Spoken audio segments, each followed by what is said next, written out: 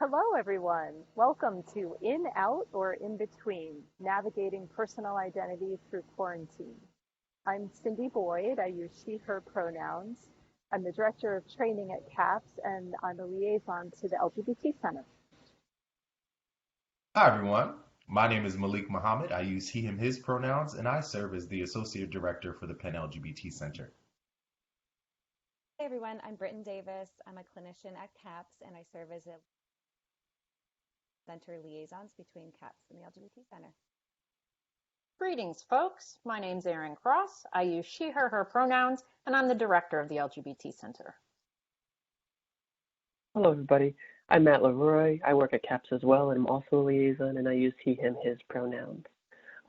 One kind of quick heads up is to just let you know that the following is not a replacement for formal counseling, but we will have a slide for how you might want to reconnect at CAPS or connect for the first time at CAPS during this time if you need additional support. Thanks so much, Matt. It's true, this is not a replacement for counseling, but we are going to talk about identity development today, and exploring your identity and coming out or not is an ongoing process for all of us. During quarantine, this is totally under the microscope and is exasperated. And today we want to acknowledge and address the many members of our community who've had to shift how they explore and embrace their identity amid COVID-19, who can't live their lives fully and authentically. It could be that you were out on campus, you came to Penn, came out, and had to go back and live with folks in quarantine who didn't know about your identity, or folks you've told who just don't want to talk about it. So you never have a chance to really live fully as yourself. Or maybe you've just never come out before and you just feel like you've had a lot of time to think about who you are and can't really share. So we want to make sure that you know that each coming out journey is personal. None of our coming out journeys are the same. Where you are is valid, period. We all have ups, we all have downs, and it's really important. And this is exacerbated by privacy. A lot of us are living in places and spaces where we can't get our own sense of privacy at this point. So we feel extra burdened to try to find space for ourselves. And that's really important to think about.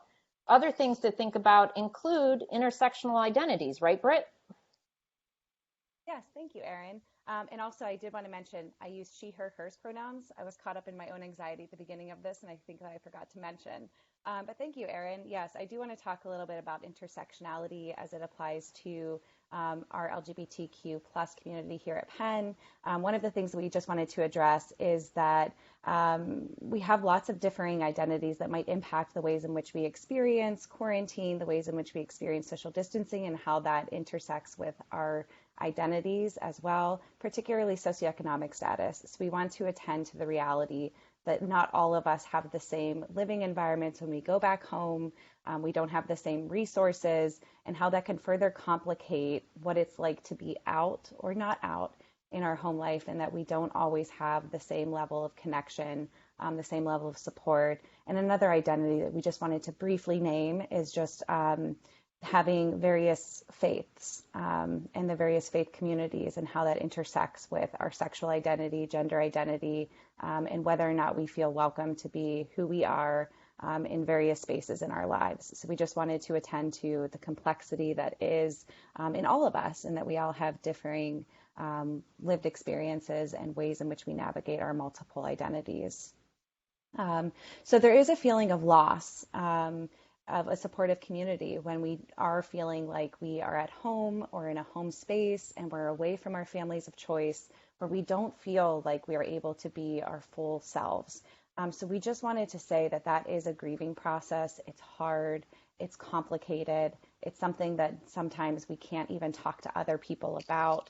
We might feel like we're even disconnected from various supports on campus, whether it be Erin and Malik in the LGBT Center, or Matt, Cindy, or myself at CAPS, just because finding, like Erin said, that private space where we can actually connect and talk about our experiences, talk about our identities, be seen and heard, is not always readily available when we're at home. So we just want to say that that sense of loss is real, it's valid, it's hard. I feel with all of you, and I understand the experience of being at home and not being able to be fully out. It's a very difficult process. And we're here to be a support in any way possible, which we'll talk at the end, the resources that are available to you. We also did want to say that, we want to pay particular attention to our Black folks in the LGBTQ plus community, in that we have some celebrations and that it's Pride Month. We also have the ruling to add LGBTQ folks to the non-discrimination employee earlier last Monday, which will allow for further protections in the workplace, which is great. But it's hard to celebrate those things when you're still experiencing racial discrimination on a day-to-day basis.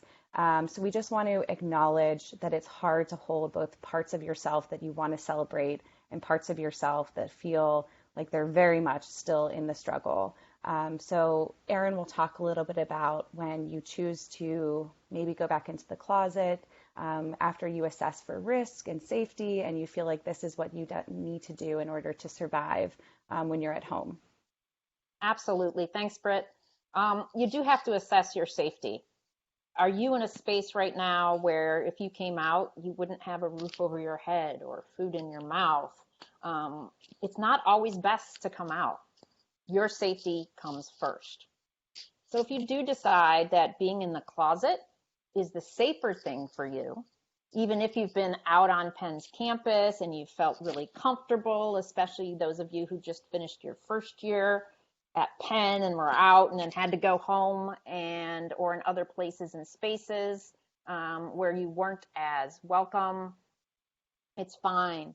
Journeys are all different again. And some of you stayed in Philadelphia and sublet, so you didn't have to go back to environments that weren't as supportive. All of those decisions and places and spaces are valid. But through all of this, you need to stay connected with your support system, your chosen family, as a lot of us call it. Who are the people who know you and really can help you through things, and who you can talk to and feel safe? That's really important. You also need to find ways to engage with queer content. Again, we know that's not easy sometimes when you're living in small quarters and it's hard enough to get your schoolwork done. How do you actually engage with queer and trans content when you don't have privacy all the time? Think about taking a walk by yourself to engage in queer content, or talk to your support system, your chosen family, to get some space. It's important because staying connected reminds you that you're not alone. Really important. You all know you are not alone.